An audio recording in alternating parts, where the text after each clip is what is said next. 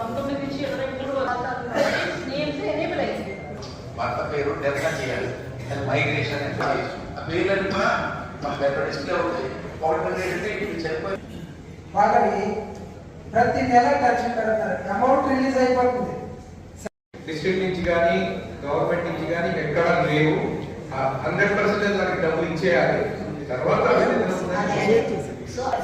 ఒక్కసారి నాకు పంపించండి. ఇంటి పన్ను అది మా ముచ్చింపుట్లో కూడా నాకు ఒకరు ఇద్దరు వచ్చి ఇంటి పన్ను కట్టట్లేదు అనేసి అక్కడి నుంచి కట్ చేసే పరిస్థితి ఉంది. నేను సెంట్రల్ డైరెక్టర్ ఉన్నప్పుడు పంటల సొసైటీ నుంచి చాలా లోన్లు మన డిసిసి నుంచి కానీ లేదంటే కోఆపరేటివ్ నుంచి కానీ ఇవ్వడం జరిగింది. ఈ గ్రామాల్లో లోన్లు ఇచ్చాం.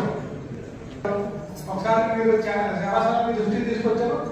రైతు కోరుతామన్నాం. దీనిపై మీరు ఒకసారి సమాధానం చెప్పాలని ఈ విషయం గతంలో కూడా ఇదే జిల్లా పరిషత్ అప్పట్లో డిపో పట్ట మీద కూడా ప్రాబ్లమ్స్ చెప్పడం జరిగింది. తర్వాత మారిన ఇచ్చారు. దీన్నేమో రాబోయే జనరల్ బాడీలో పెట్టి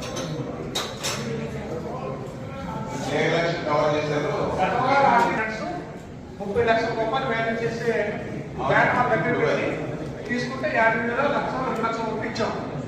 దానివల్ల రైతుని ప్రజలు పెట్టడం వల్ల పైప్ బాట్ ఇచ్చి మీకు కంపల్సరీగా మనం ఈ పంట లోన్స్ రెన్యువల్ చేయలేము కాబట్టి మీరే ఏదో పాటలు పడి ఒక 2 జనంలో 3 జనంలో క్లియర్ చేసుకుని ముందుకు వెనక్కి తీసుకోవడంతో రైతు బాధపడి రకరకాల పరిణామాలు దారితీస్తున్నారు.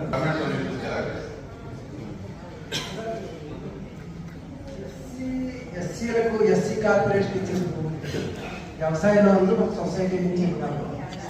ఎందుకంటే అంటే ఎస్సీ కార్పొరేషన్ మేడం